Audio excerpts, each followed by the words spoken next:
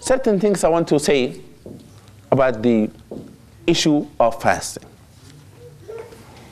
One of the things that make our fasting acceptable, inshallah, by Allah subhanahu wa ta'ala, when we settle dispute, we don't fight. If somebody that wronged you, ask them for forgiveness. Let us forgive one another. In month of Ramadan, it's month of Rahmah. That's why Rasulullah sallam, he came out. He wanted to tell about the companions about Laylat al-Qadr.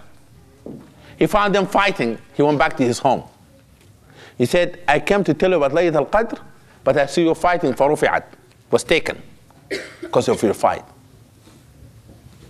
People should settle dispute and fight and animosity and hatred. That's very important. Two, that the month of Ramadan should be the month that when we have the good gathering. It's the month of Ramadan. Select people who remind you of Allah subhanahu wa ta'ala. Al-mar'u ala dini khalilihi falyanzur ahadukum man yukhalil. Rasulullah said, a person will take the religion of their friend. Be careful what friend do you choose. What he meant by that? Meaning the habits, the behaviors. Here, doesn't mean that you cannot have a colleague who's not a Muslim you can be friend with. I'm not saying that. I'm saying that you should not be in a company that will teach you wrong things. Of course, you can reach out to non-Muslims. If you have relatives who do not practice Islam, visit them. But a person should not engage in any activities that Allah subhanahu wa ta'ala is not pleased with. That's very important. The last things I want to say, then we break for Isha, that in months of Ramadan, we would like to spiritually, be purified. We have different habits, don't we? A person might have a habit of backbiting. Said, I'm going to, really in Ramadan, I'm going to change that. A person might have a habit of cursing. A person might have a habit of spending. Said, I would like to discipline myself. I would like to set an objectives. This Ramadan, I'm going to eliminate this item from my list. And when you make that objectives, a person, inshallah, will benefit from Ramadan. Don't let Ramadan, we should not let Ramadan pass with no accomplishment. We should accomplish something. The Sahaba, they have Battle of Badr. The Sahaba, they have Fatah of Mecca, opening of Mecca. What are we having? We should have a personal accomplishment.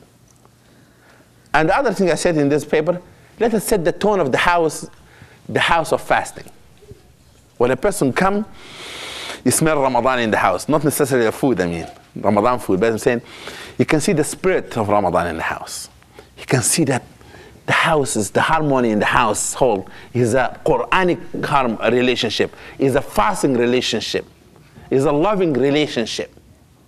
That's what it says, set the tone.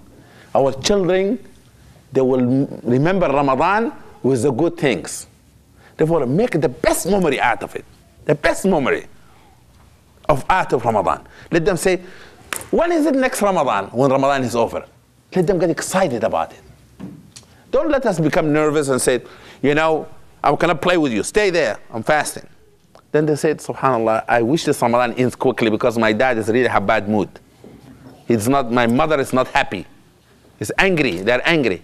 Nobody say, son, come. It's Ramadan. Inshallah, we're going to pray Taraweeh. And we're doing this and that. Talk them about the moon. Talk them about the virtue of fasting. Give them seerah of Rasulullah. Tell them stories. Take them out. Let them feel like the spirit is a better spirit. It's a great spirit of Ramadan. Let us do that, inshallah.